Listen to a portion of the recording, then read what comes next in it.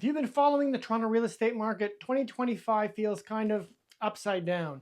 The cities that usually lead in growth, such as Toronto and Vancouver, are cooling off, while the cities that are a bit smaller and usually don't make the headlines are, well, heating up. For example, Calgary is up 8% in price from last year.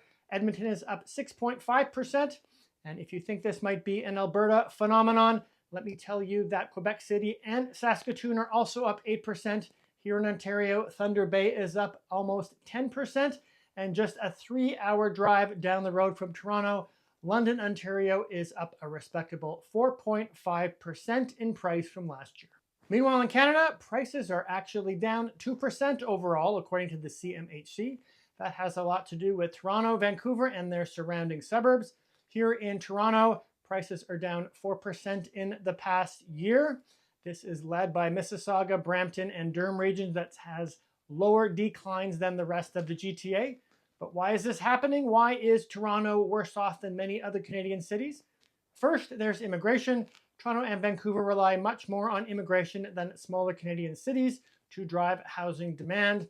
But the federal government has cut both temporary and permanent residency here in Canada, and that has had a bigger impact in Toronto and Vancouver. Reason number two, Toronto is way more condo heavy than other Canadian cities.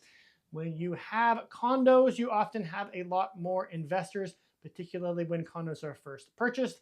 And when the real estate market starts becoming a little unsteady, many of these investors pull back and you see more downward pressure on prices.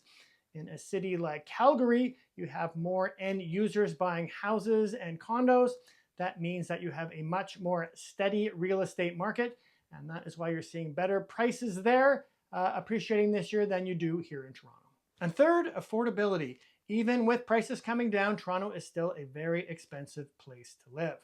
If you consider the buyers right now, especially with first-time buyers and newcomers to Canada, they are beginning to favor secondary markets with more affordable real estate, places like Calgary, Saskatoon, and Quebec City.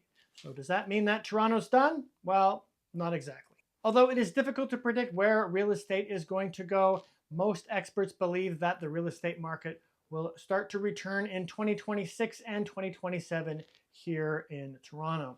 Some believe it will bounce back quickly. Others believe it'll be a slow plateau where prices start to increase with the rate of inflation, and then over time it will start to pick up pace.